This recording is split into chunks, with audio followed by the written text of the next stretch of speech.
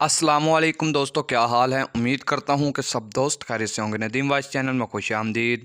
अलजज़ाइर से ताल्लुक़ रखने वाली नामूर और अरबी दुनिया की मकबूल तरीन एंकर और साफ़ी हतीजा बिन क़ना अपने दौरे अमेरिका के बारे में बताती है कि वो एक सुपर स्टोर में शॉपिंग के बाद काउंटर पर अदायगी के लिए अपनी बारी की मुंतज़िर थी। इस दौरान एक बाहिजाब मुसलमान खातून एक बड़ा बॉक्स खींचते हुए दाखिल होती है। बॉक्स गालबन घास काटने वाली मशीन का था। खातून के चेहरे पर थकावट के आसार नुमाया थे। खातून कैशियर मुलाजमे के पास चली गई। बड़े अदब से कहने लगी कि वो कल ये मशीन और दीगर एशिया आपसे $500 की खरीद कर ले गई थी। कैशियर कहने लगी कि क्या तुम इसे वापस करना चाहती हो।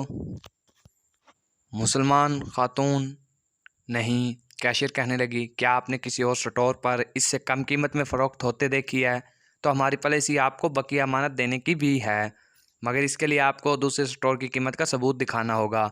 मुसलमान खतून कहने लगी, ना ये है ना वो, बल्कि मैंने कल आपसे दीगर एशिया के साथ ये मशीन ख़रीदी थी जिसकी अदायगी क्रेडिट कार्ड के ज़रिए कर दी गई थी।